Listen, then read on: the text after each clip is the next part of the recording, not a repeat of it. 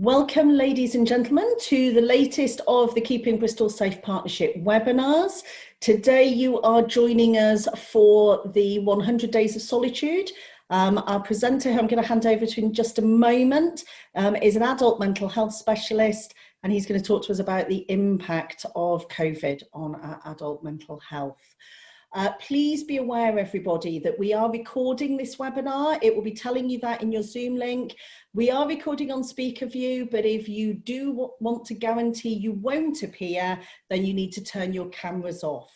We're going to ask everybody to stay muted throughout the presentation, because as you may or may not know, Zoom will jump to people if their microphones are on and there's any background noise, and we want to make sure you can all hear Adam's presentation in full.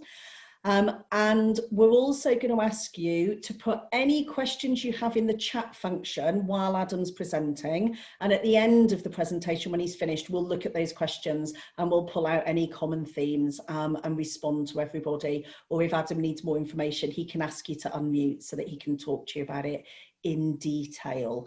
The recording is going to be made available on the Keeping next week for anybody who is asked. Part-time roles bolted together to make one full-time role. My role is adult mental health specialist, and basically what that means is I'm around to work with the adults in the families that the service works with around mental health needs, any kind of emotional well-being needs. So that's, in a nutshell, that's my kind of role. Prior to coming on to Families in Focus, I've been in this role just over 4 years. I trained as an adult mental health nurse and have worked for quite a few years, I won't say how many, within mental health services. So just to explain today's presentation, if some of you will be aware that we have the MANS meetings, so the multi-agency network meetings, which run, and I was asked to do a presentation there, and well, it felt most relevant really to present around possible impacts, thinking about the lockdown and COVID-19 and the effect on us all really, and what that might do for might be doing for our mental health, and what it might go on to do for our mental health. So there's an element of it that will be linked to the personal, also linked to the professional as well, hopefully. I've tweaked the presentation a little bit since last time, just to sort of try and bring it a bit more up to date, but we'll kind of go with it from there. Let me see if I can find it first of all. Dun, dun, dun. Here we go. It's working, hooray, it's good news. So in terms of this presentation, I think it's really important for me to say that a lot of this are my own reflections. And I'm very happy to be picked up on points if people disagree with them, or I'm very happy to consider them further. What's a real shame is I'm not doing this face to face, because it's much easier to consider these things and talk about these things if I'm in a room with people rather than over the magic of the internet and Zoom. If anybody's wondering, I'm actually in my daughter's bedroom, hence the sort of lovely pink and sort of pictures of guinea pigs on the back. If people are really interested in that, that will be a delight to see on the recording for any of you viewing this back again. Just to add to the pressure of it all. Let's move on then. So the aims of today. So first off, to consider the impacts on adult mental health of the COVID-19 crisis in the short term.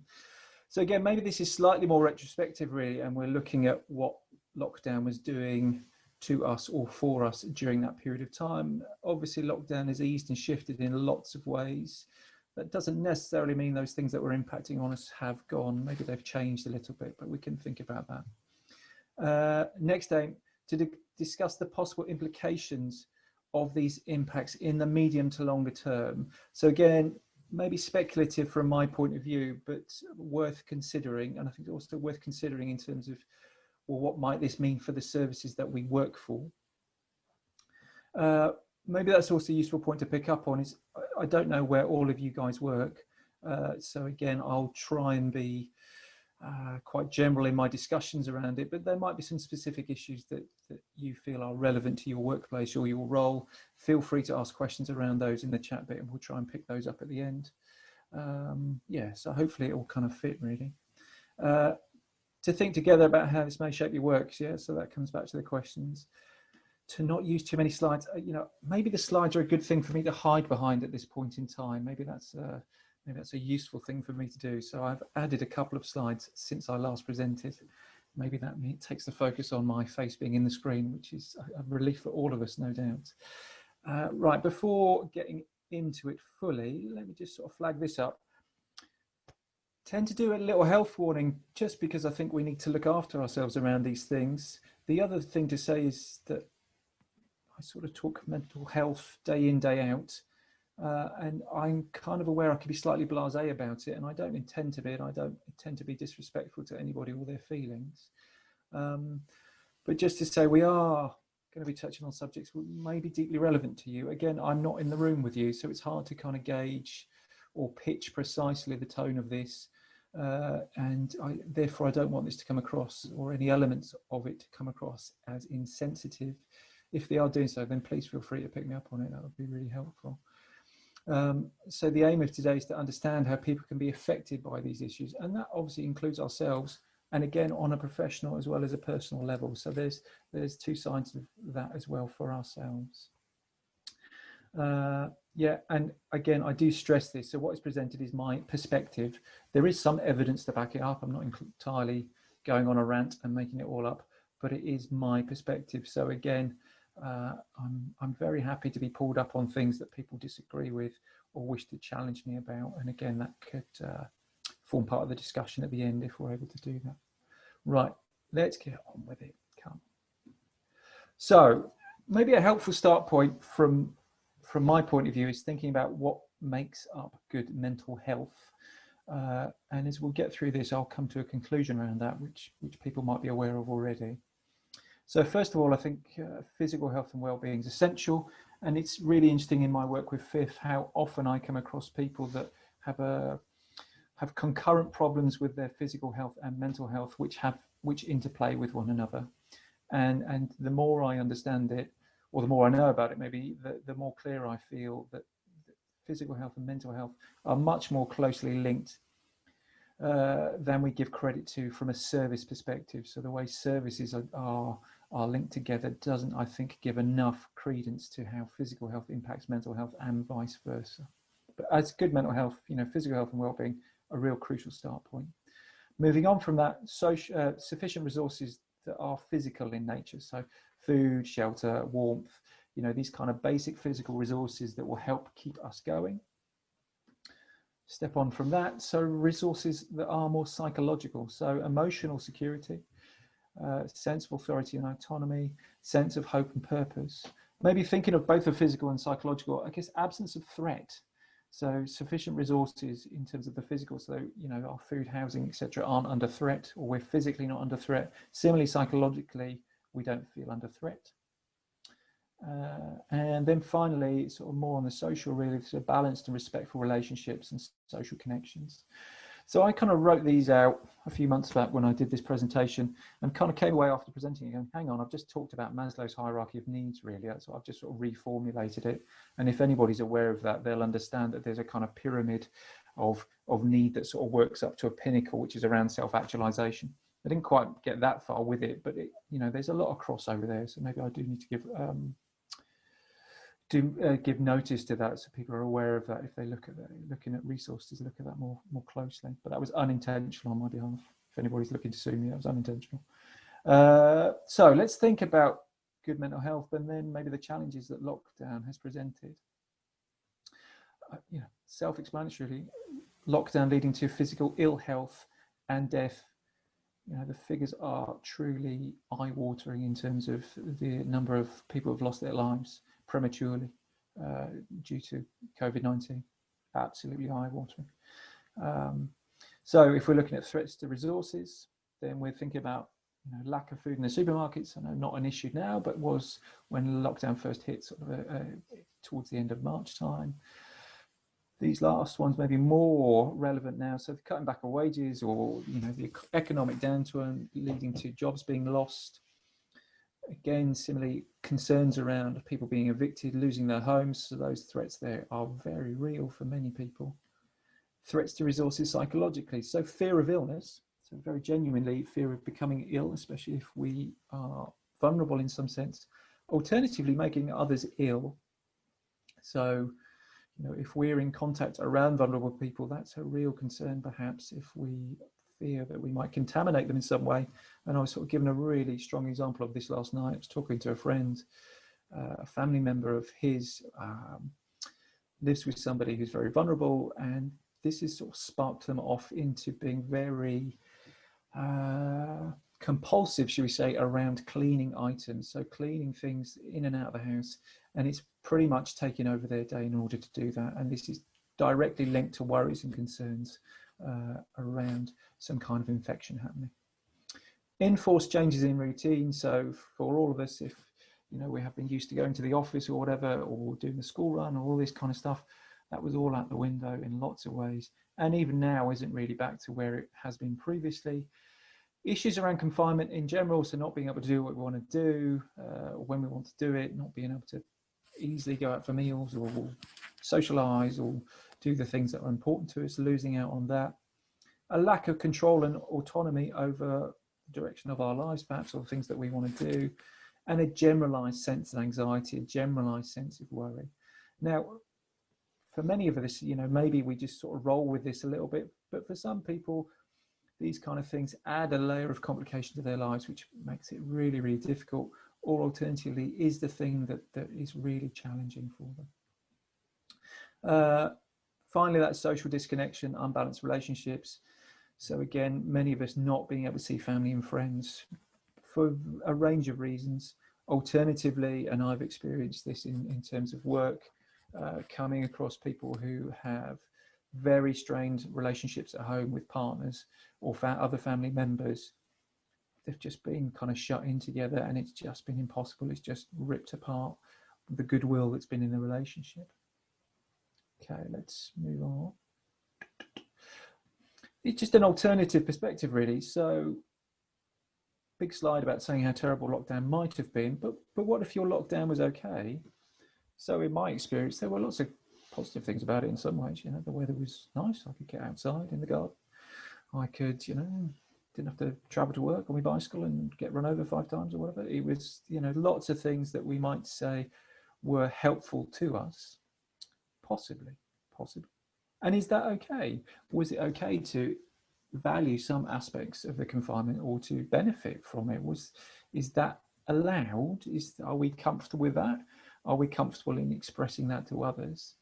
I have heard for some people talk about this quite openly, saying that, you know, they feel that they actually confinement was all right and they enjoyed spending time with their family and doing different things.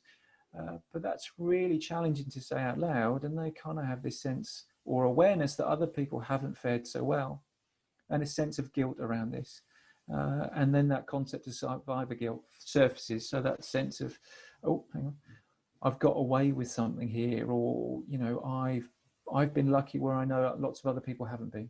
And that really affecting people as well, this kind of sense of damned to be so fortunate, really. Excuse me. Okay, so interesting to see that most of you seem to be sort of ringing in from home. The British Psychological Society released some guidance, and I think this fits well as another kind of talking point in terms of trying to think about how we manage at home, especially if we're working on our own. So I just pulled out 3 pointers really from their report, which was back in May. But interesting to think about, if we're in the helping professions, some of the risks that might be there. So lack of peer support and social bonding. I mean, there's team members I've not seen for like 6 months, even on Zoom for whatever reason. I just haven't seen them at all. And it's a miss, you know, and it still feels odd and a bit strange to continually be chasing people up on the phone or conversing via email and not seeing them in the office. I don't know about for other people. Our offices are slowly opening, but it's still a bit haphazard, and it's still a bit awkward and a bit tricky. And we had a team meeting the other day where I think there was sort of 5 people in an office and the rest of us were sort of scattered across the city, really. So it's that lack of immediate support, that lack of, you know, oh, let's grab a cup of tea and talk about this. That's not there, or it's not there in the same way. And I think that can be a big miss in terms of helping us manage what we do, managing our mental health at work and things like that. Okay, next one. So again, I think very common for lots of people. As I say, I'm talking from my daughter's bedroom. The blurred boundaries between work and home, it's absolutely unavoidable. And as much as they're physically blurred boundaries, how much do they become psychological or emotional blurred boundaries? I know lots of people that really have valued their commute as a means of being able to get away from work, to put space into their work, and they create an emotional disconnection which allows them to come home and be the person they need to be at home. Rachel, you've raised your hand. Do you want to speak a second? Rachel, are you there? No. Rachel's not speaking. I shall continue on. So those blurred boundaries between work and home, and that being really difficult. And then, you know, you're working on the kitchen table, say, writing some difficult assessment up, and all of a sudden, you know, it's questions about helping with homework, or it's questions about what do you want for tea tonight, or what we're going to watch on the TV, or whatever it might be. And it's this collision really of these very polar opposite kind of events that are going on that makes it very tricky to navigate and negotiate. And emotionally is a real pull for us. How do we set the right emotional tone for ourselves if we're having to do this in a very different environment? Really interesting, this last one, and I'll pop it in at the end. Being empathetic is a risk. Now, if you're working in the helping professions, I would suggest that being empathetic is your kind of cornerstone of your work, really. And if you can't be empathetic, then that's going to be very, very tricky in order to form relationships, to do the work effectively, and so on and so forth. But the argument from the BPS is that if you're being really empathetic, if you're really taking on the thoughts and feelings of another, particularly if they're in distress, this is really difficult to rid yourself in your own environment. This is very difficult to get away from or escape when you're at home and you're not having the balance of peer support. You've not got your team around you. You've not got the physical cues of a different environment to work from. So it's really, again, a kind of something to be aware of in terms of our own well-being and our own work. How do we make sure that, as well as being empathetic, we're also in a position where we're giving ourselves space to dilute some of this stuff, to make headspace. You know, I've heard lots of suggestions around, at the end of the day, people going off for a walk, changing the scenery, having a bit of time to get a bit of headspace, whatever it might be. Even going out in the morning, pretending like it's a walk to work, or taking their bike out, or whatever it might be. Again, for some of you that might feel a little extreme or a little daft, or just not practical. For other people, it might be something crucial. The other thing to say is, I've known this through colleagues. You know, I'm fortunate enough to live in a house with my partner and children, and and there's lots of space around, and I can manage that. Other people, if you're living in a shared house or something, you know, just the physical practicality of trying to work and be in contact with people and have confidential discussions is not impossible, really. And again, adds to the stress. Right, let's move on. Let's talk about stress a little bit. So I've mentioned it. So first of all, what is stress? Well, we might come along many definitions of stress, but I'll offer you this one, and it's just kind of the stress equation, really. And what we have is a tension between demands on us, or in general, and our resources to meet those demands, okay? And this situation is fluid, okay? Well, our resources are not fixed. It might be nice to think that they are, but they're not fixed. So sometimes we might feel more resourceful than others. And I'll just share an example. So had a couple of weeks leave in August, been working at home, didn't feel too tired, felt okay. Wasn't until I realized coming out of the holiday how tired I had been, actually, how wearing that sort of working at home time had been without much of a break up until that point. And clearly, I think I feel I've come back much more in a position to manage demands, manage talking to 60 people via a little screen, whatever it is that we're doing here today, to manage those kind of things and not feel quite so overwhelmed with it. So we have to bear in mind the sort of the demands versus resources equation, and that can be for us, but that can also be for the people that we're working with, and try and understand, well, what has an influence on those demands, what has an influence on those resources. If we get in a situation, or others do, they're getting of too much demand versus too little resource, then that's the perfect understanding of psychological distress, okay, or stress. So we're going to feel overwhelmed really, really quickly.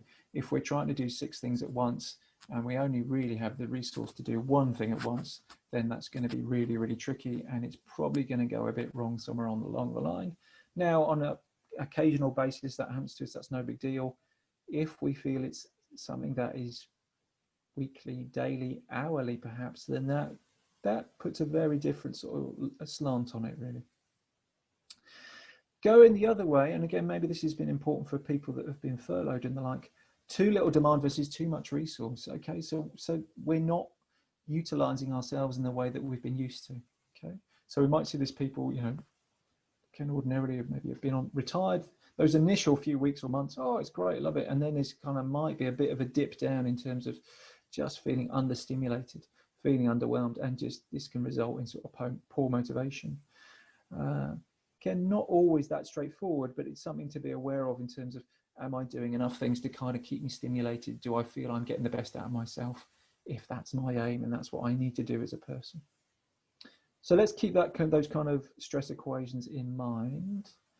And let's move on a bit more closely to think about how mental health has been affected kind of nationally. So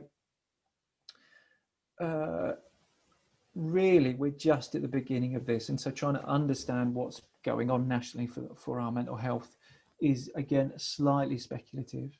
And the data will be coming in all the time. And maybe a bit further down the line, we'll be hearing more and more. But this is stuff that's around currently.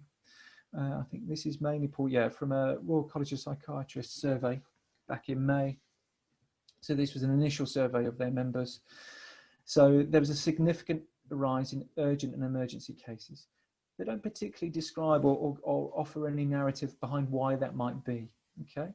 But my suggestion would be that the shift in terms of arrangements in the country had the effect that people whose mental health was possibly already a little bit tricky, shall we say, there might have been enough there that have tipped the balance and make things very, very difficult.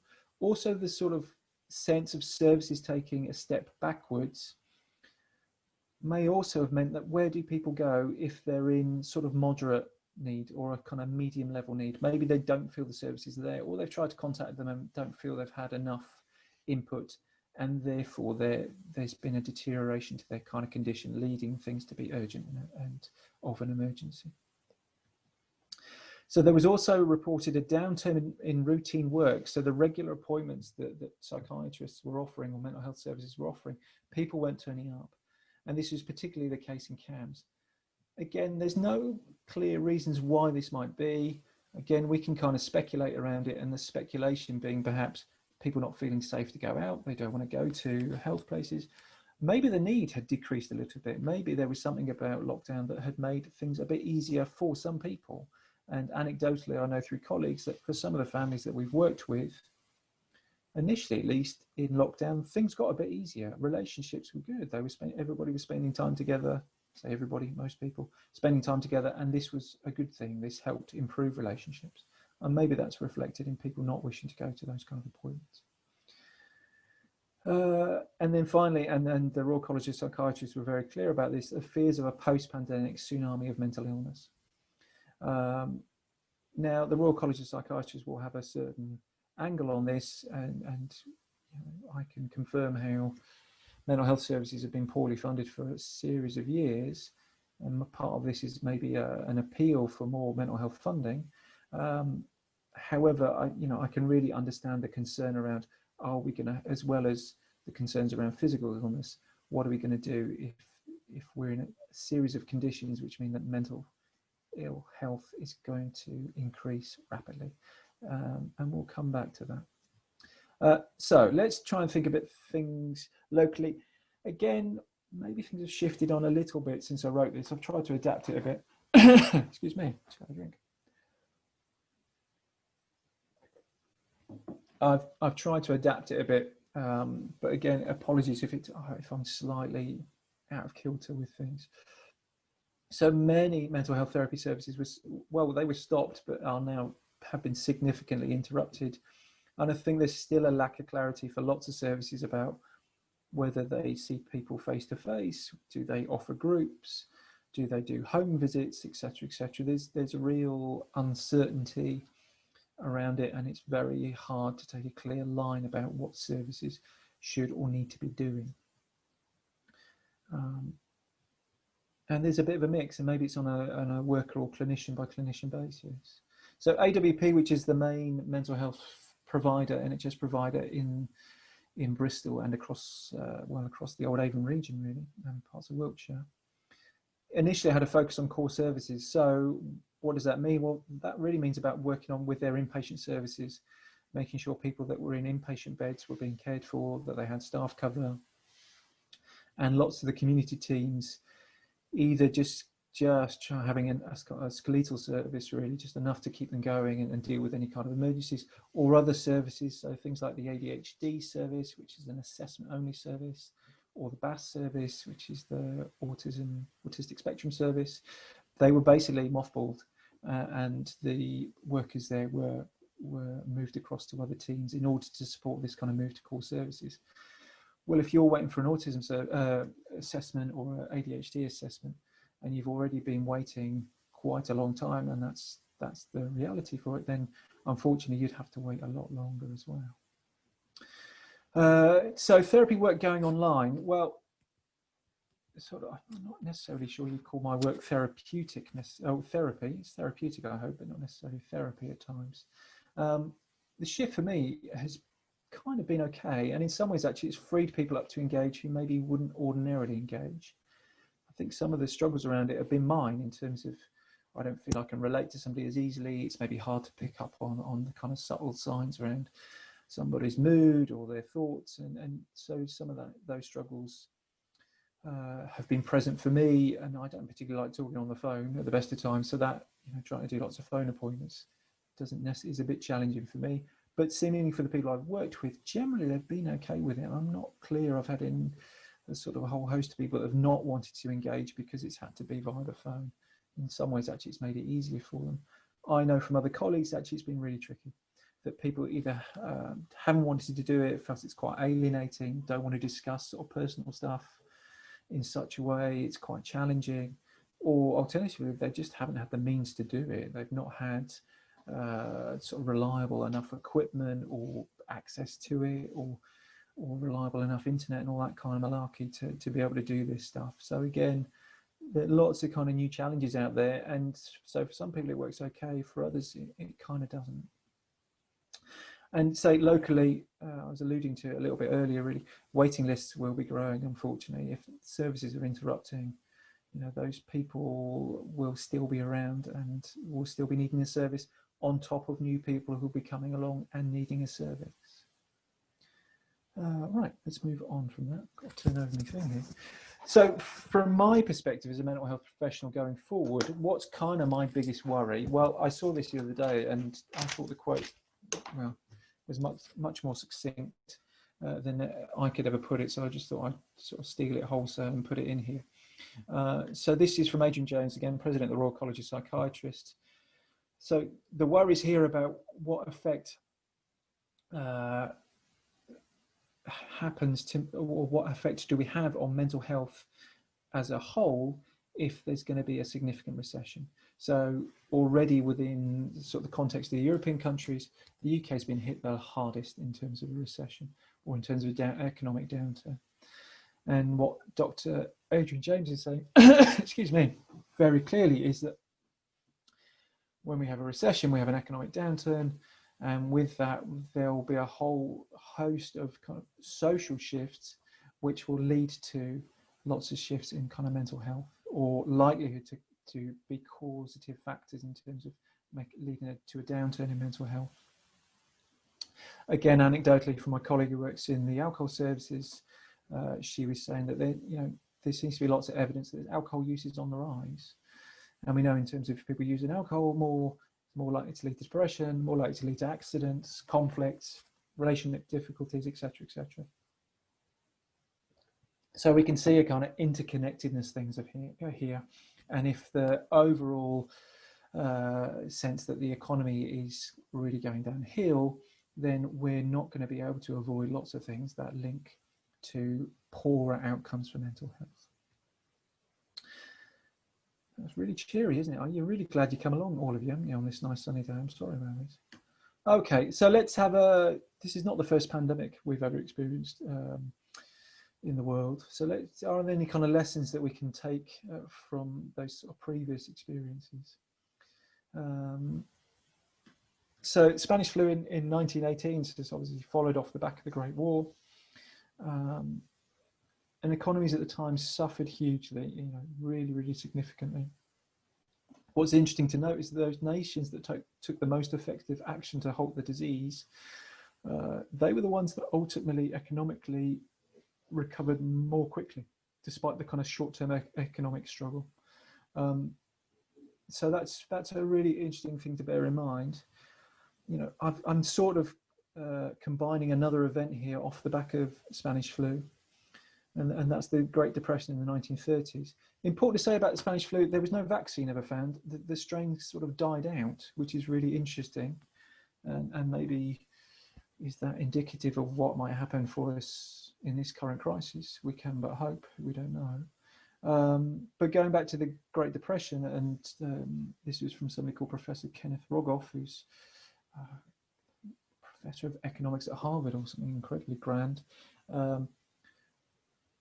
He was equating the sort of lifelong effects on economic behaviour of the Great Depression, and how a whole generation had its mental health kind of impacted upon by those economic difficulties.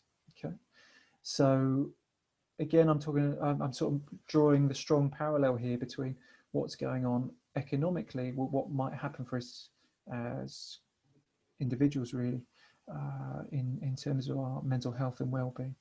I'm not saying there's a kind of an absolute clear link, but I'm talking about a greater likelihood of difficulties when economies are suffering. So our recovery, well, how might things play out then if they're the sort of lessons from history? This point is really, really crucial. So many health outcomes driven by a range of social and economic inequalities. So not all of them, but many of them, okay? And if you look at that Mental Health Foundation report, there's almost kind of a bit of it at the start where the introduction has people going, oh my God, why don't people get this? Why, and when they say people, I'm thinking governments is what they're really referring to. Why don't authorities understand these really strong links? Okay. And it's like almost this sense of we're writing this report, but really we don't need to, because these things are so well known. It's very tricky to move past that. So what do we know about COVID-19 rates? So in general, the rates of infection and death mirror general health inequalities. Okay, so in general health inequalities, we know people from BAME groups will generally suffer more, people from lower socioeconomic groups disproportionately affected. Okay, so that's in general health inequalities, and that's been maybe one of the very difficult headlines to deal with in terms of the COVID-19 infection and death rates. However, so the sign clearly is that the faster we can get the economy to heal, then the more opportunity, the crucial word there, opportunity, there is to heal those divisions through greater equality. So the argument is clear cut. It's not just about getting the economy back on its feet. It's getting the economy back on its feet and creating a system, an economic system that's much more equal. That's if we want to drive health inequalities down and improve general outcomes. Which is a class point, and I make no kind of bones about making a class point. Well, maybe we don't talk about class very much these days, but this stuff, you look at it, it feels kind of crucial to bear in mind. That doesn't take away from the experiences of people from BAME groups. What we know in general is that people in BAME groups are more likely to be in the lower socioeconomic groups. So it's not about having to rethink this. It's like if we can focus on greater equality in general, we'll get greater equality for those disproportionately affected groups as well.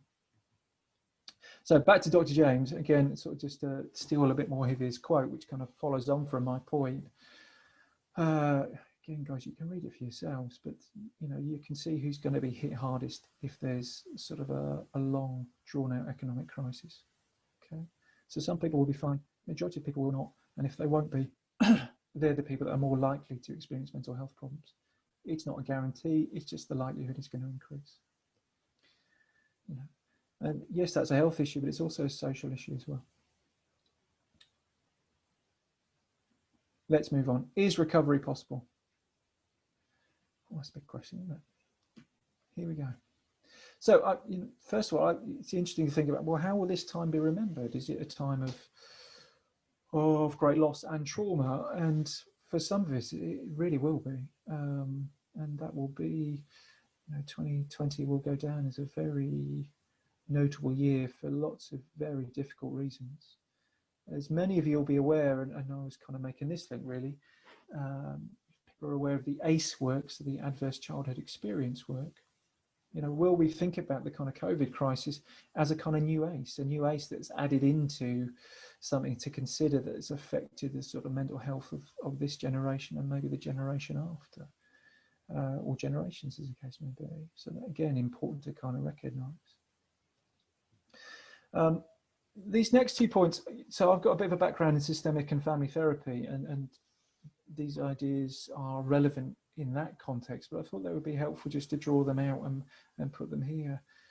So Ahlstrom, who was, I was going to say Norwegian, but it might be Swedish, Scandinavian practitioner, I'll dodge that, talked about the idea of chronic sorrow.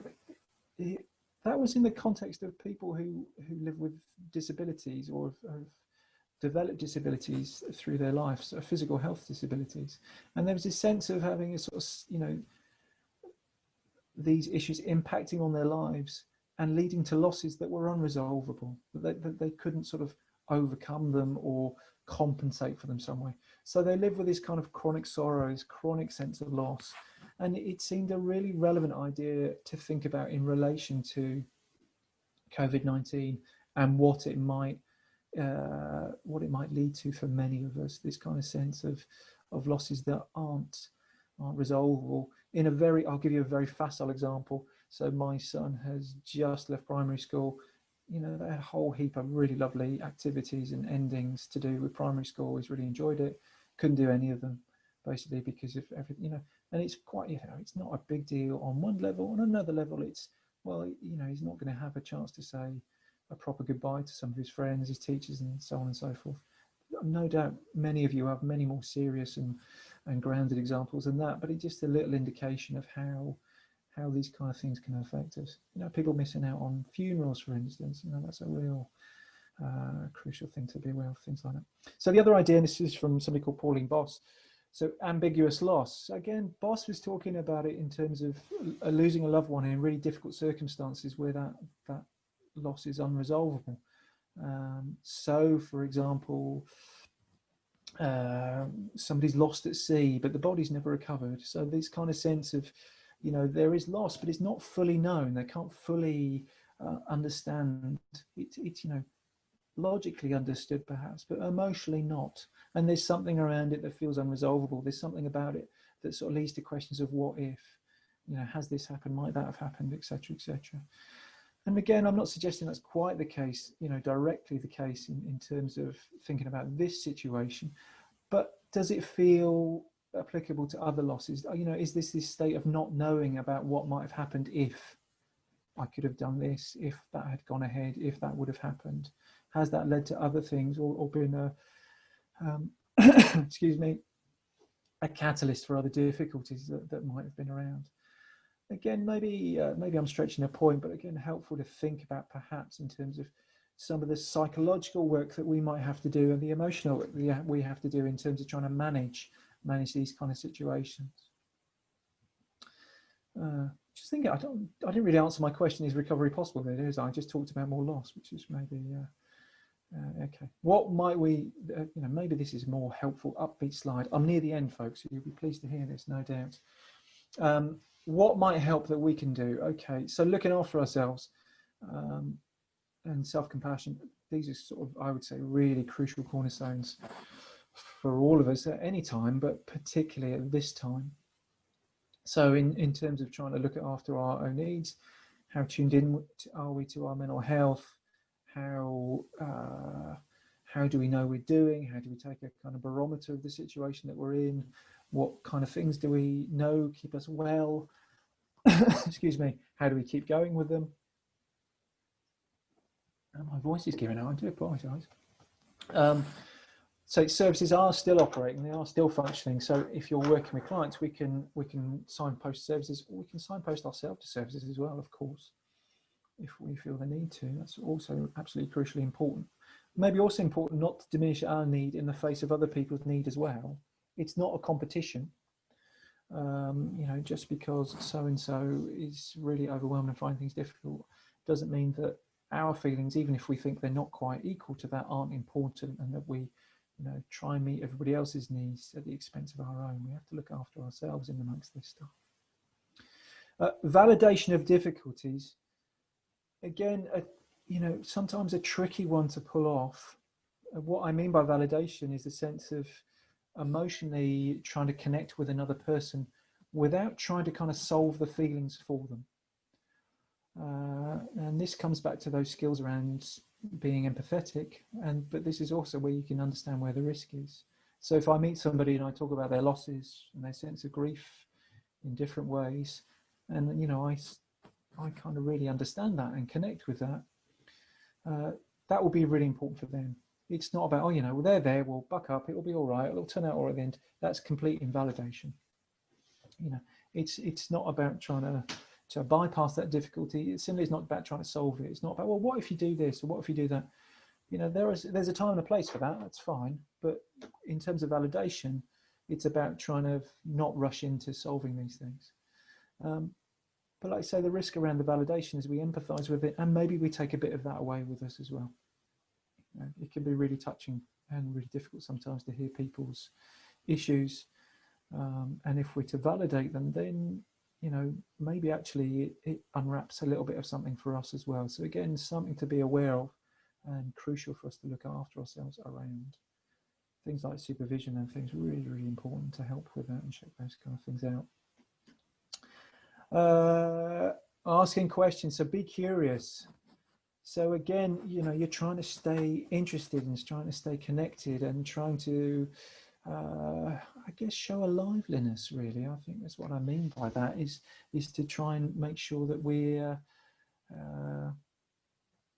thoughtful. And I think being thoughtful alongside people can be really, really helpful. Again, it shows a sense of, I'm not just out here on my own with it.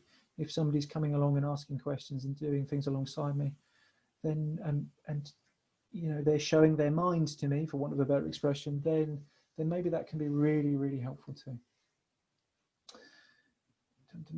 Stay hopeful. Hope is power. You know, maybe this is my closing message, really. I can't, you know, there's lots of grim, difficult stuff that I've discussed in this PowerPoint, and maybe there's much more to come. I am also hopeful that change will happen. And as we've seen through different instances throughout this whole period, you know, in some ways there's been a lot from people that's brought out the very, very best of them in terms of being supportive and helpful of others, to being connected, to being more in touch with themselves. So, you know, where there's chaos, there's opportunity, and there's plenty of opportunities around at the moment, because there's plenty of chaos, I'm afraid. And the chaos can lead to uncertainty, but it can also give us chances to do things differently, connect in different ways, to learn things. And I guess that's the bit that I feel hopeful about, as much as I'm realistic around how difficult the situation is, and that there is no easy resolution in sight. And in terms of mental health, I guess if we can stay hopeful, that's gonna be something that will kind of buoy us up in the really, really tricky times, you know. So we'll kind of keep going with that. Guys, I've come to the end and my voice is just about to give out. I don't know why. I hope I haven't bored you all to death. That'd be terrible. So guys, how are we doing? Oh, it's about 45 minutes. It's like we worked last time. So questions there. If people want to get in touch with email, it's there as well. So feel free to get in touch if you want to. I'm very happy for you to do that.